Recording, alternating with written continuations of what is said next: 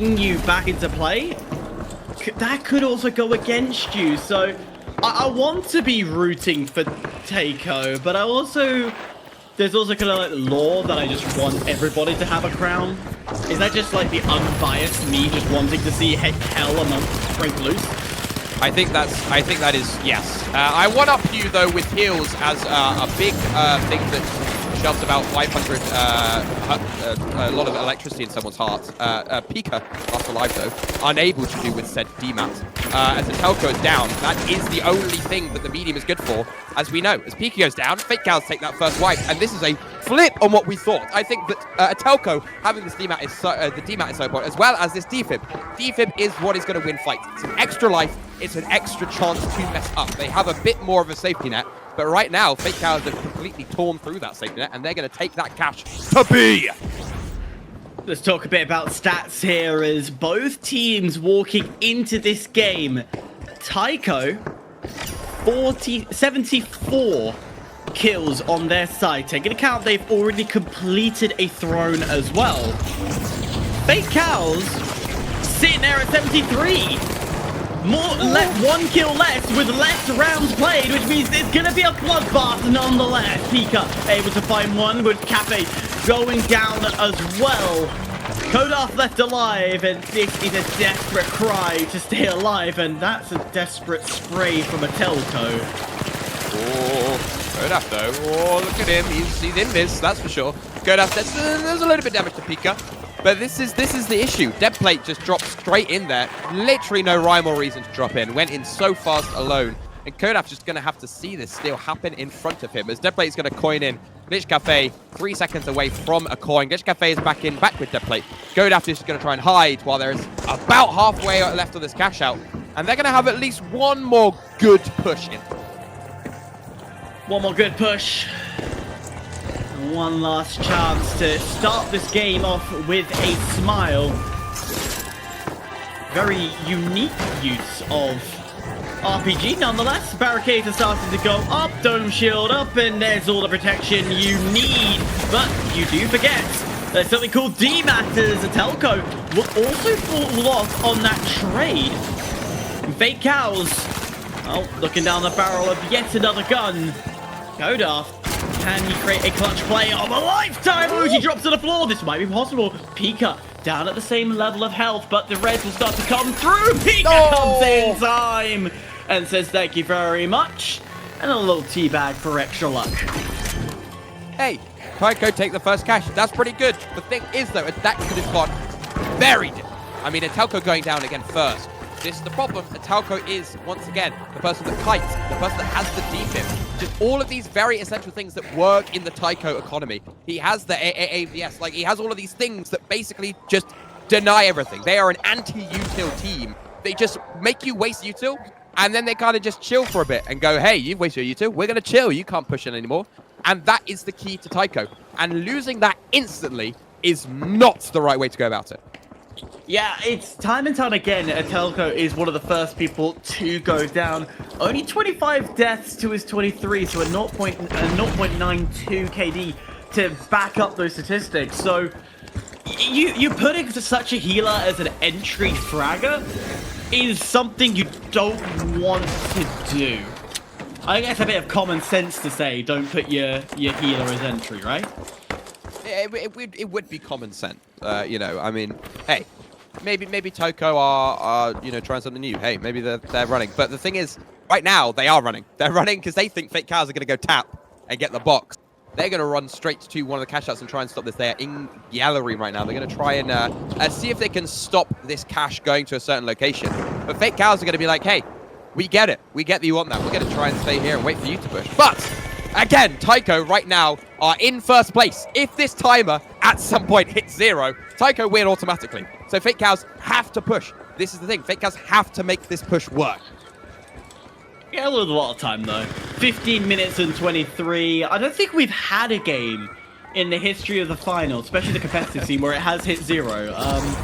As much as I would love to make that happen, I also know this is a very, very long format, and I politely speaking, I'm not sitting here for 15 minutes seeing if nobody's going to move anywhere. But again, gargoyling, just waiting for the right moment, getting one pick. Why don't you isolate the weakest of the three and say thank you very much? Pika taken down, and now you allow Glitchcat to come pushing in. Fake Cows with the patience of a god, and Kodra, the perfect trigger discipline, something we don't see often.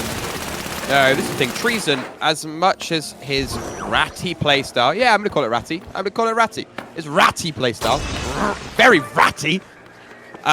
It's birthed this new generation of lights that are just sort of sit there. And like I've said before on a cast, they just sit there. They just sit there and do nothing all game. And that's okay, because they do stuff like that, is where they just sit, they wait for teams to not realize they're there, and they are able to just capitalize on the util, or on the information, and on the damage that's already been dealt by their team. And Kodaf just played that perfect. Oh, still not too high. Oh. That's a very Season 7 strat that we've seen time and time again, and I've been insult to injury as heavy starts raining from above. Unfortunately, from the range, just not as much of a rain as we were expecting, thankfully. Teiko able to find themselves indoors. They are going to try and get that winch to bring the cash box inside, but you have to be careful, because guess who's dropped down? It is the man, the myth, the legend, Glitchcat with that SA-12, who has been absolutely dangerous with it, but so does Kodaf with the M11, who's able to lower the health down, and Glitchcat finishes up.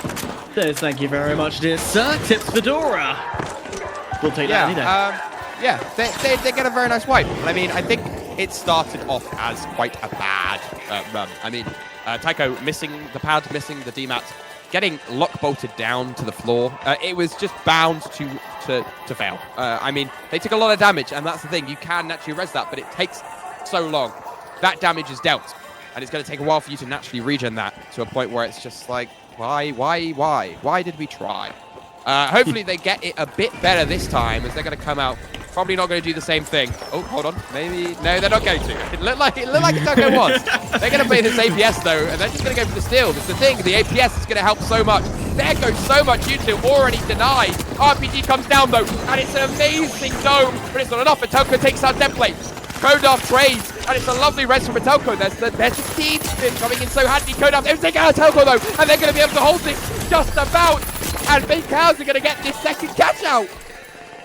Brilliant work for Fake Cows, keeping this game going just a bit longer. Of course, Teiko hold the throne. They have that crown. Fake Cows, we talked about them going into this cash out at the very start.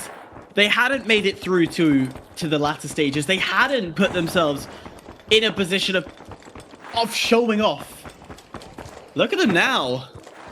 Toe-to-toe with Teiko. But how many mistakes Teiko made? It's adding up. A missed opportunity when jumping through the wall. The push onto site got very messy, and they lost track of all the Fake Cow players, and in doing so, allowed Kodaf to get the free and easy kills. These mistakes need to disappear if Teiko wants to get their second crown.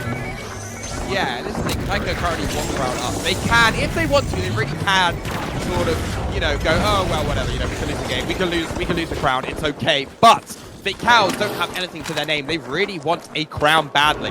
And so to deny Teiko of a crown would be amazing. But it seems like, the talk of denying, OG has just stolen that and walked out. Yoink is the only word that I feel is fitting to that situation. Very much so. It very much is. It's just yoink it out and go for it. And why not? Why not go and quickly get it plugged in? Add that pressure, knowing that we're not going to go too deep into this game, but at least we are getting to a great position. And, ooh. Go on. DMAT usage. Nice.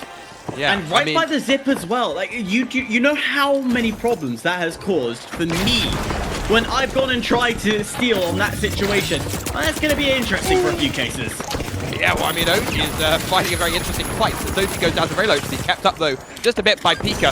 But goes down, it's Teiko able to take out one. Pika takes out one, it's just Kodov lost alive. Kodov with the M11 in hand, able to do something. No! OG takes him out with the SA-12. And once again, hey, the defib is so useful. Oh, agreed. Defib is the most powerful tool. And it is, I remember seeing a video, and I can't remember which content creator it was for the finals, who said that it is a non-negotiable that you have to have as a medium. I agree. I will stand by that, and Tetra, I'm sure you could agree. If you're running medium, you have to have defib. Yeah, that's the thing. It's a must-have, but the thing is medium a must-have on teams? And right now we're in a meta where it's not. So we're not seeing much medium. We're seeing a lot of light, a lot of heavy.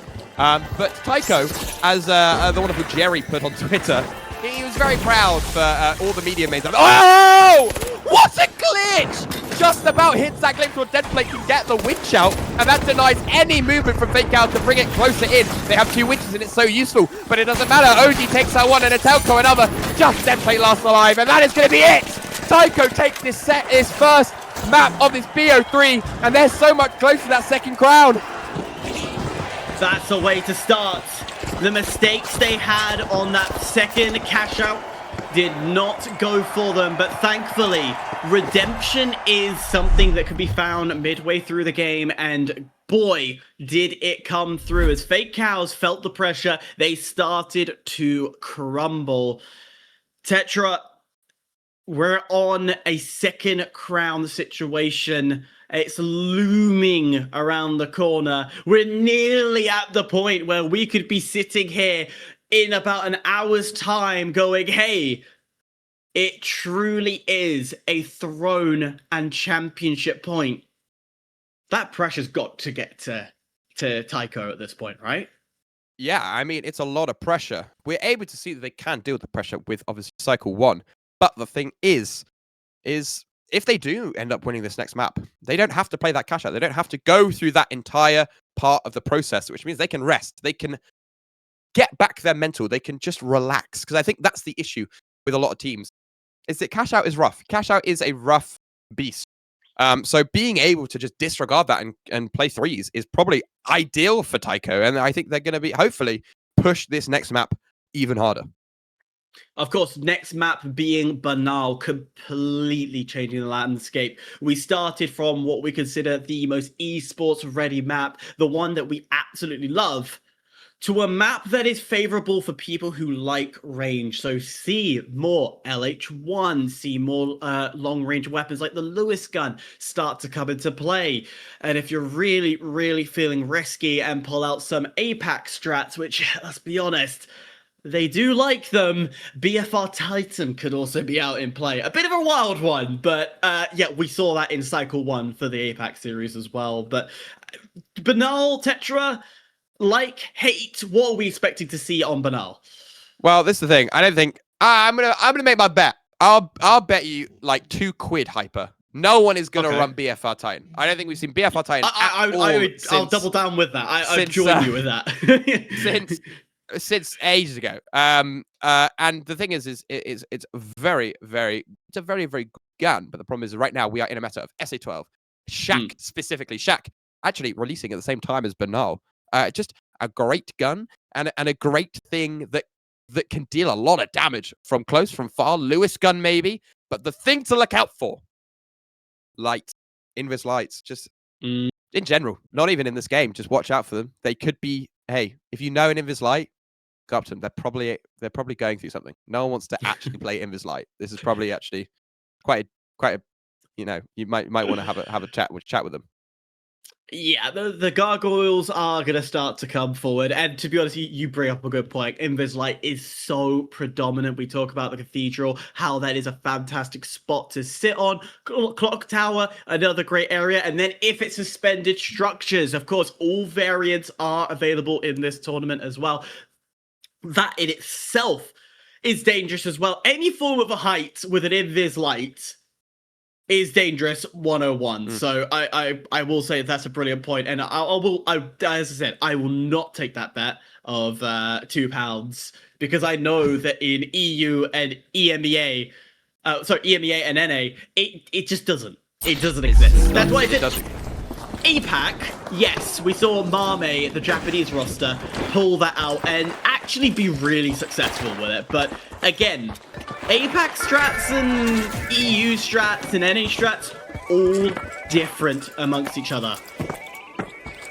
Hey, all I'm going to say, DGM25, all I'm going to say it was pretty NAEU. That's all I'm going to say. But like we're seeing, Shaq 50s and an SA12.